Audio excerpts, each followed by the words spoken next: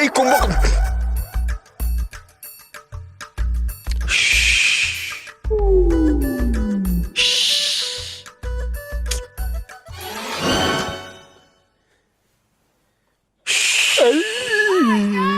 কি হয়েছে স্যার?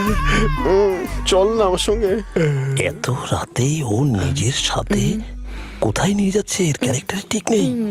আরে তোকে ঘুমানোর জন্য টাকা দিই নাকি? হ্যাঁ, আর শরীর ভালো নেই স্যার, আপনাকে বলেছিলাম। কি করি বল, কন্ট্রোল করতে পারি না। ওকে স্যার, আমার ঘুম পাচ্ছে, আরে, আপনাকে বোঝার কিন্তু চেষ্টা তাড়াতাড়ি করতে- করতে হবে। আসতে বল না, এই দুজনে সিগারেটটা জেনে যাবে।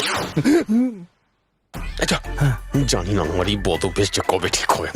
মিলে সুর মেরা টয়লেটে ইস, ও আমি আর এসব নিতে পাচ্ছি না। আমার তো প্রথম থেকেই সন্দেহ ছিল। সেটা কিরকম? ক্যামেরাম্যান এমনি এমনি আমাদের এই ঘরে থাকতে বলেনি, তাহলে কিসের জন্য? নিজের পিপাসা মেটানোর জন্য। কাউকে মুখ দেখাতে পারবো না। কি আর কাজ হয়ে গেছে। হ্যাঁ, মজা এসে গেল। তুই আবার শুয়ে পড়েছিস? এত জোরে আমায় কেন মারলেন? হে ভগবান, এটাই শোনার বাকি ছিল। এদের ডার্টি পিকচার শেষ হয়ে গেলে আমাকে জাগিয়ে দিস। সরি সরি, বেশি লাগলো নাকি? লাগবে তো বটেই, সবকিছু করার পর জিজ্ঞেস করছেন লাগলো কেন? কি রে, জোরে মেরেছি নাকি? সবসময় তো এরকম করি মারি। হ্যাঁ, ওহ, এসব আর শুনতে পাচ্ছি না। হে ভগবান, আমাকে রক্ষা করো। ও আমার তো কান গরম হয়ে গেছে, আমার তো শরীর গরম হয়ে গেছে। ছোট লোক কোথাকার।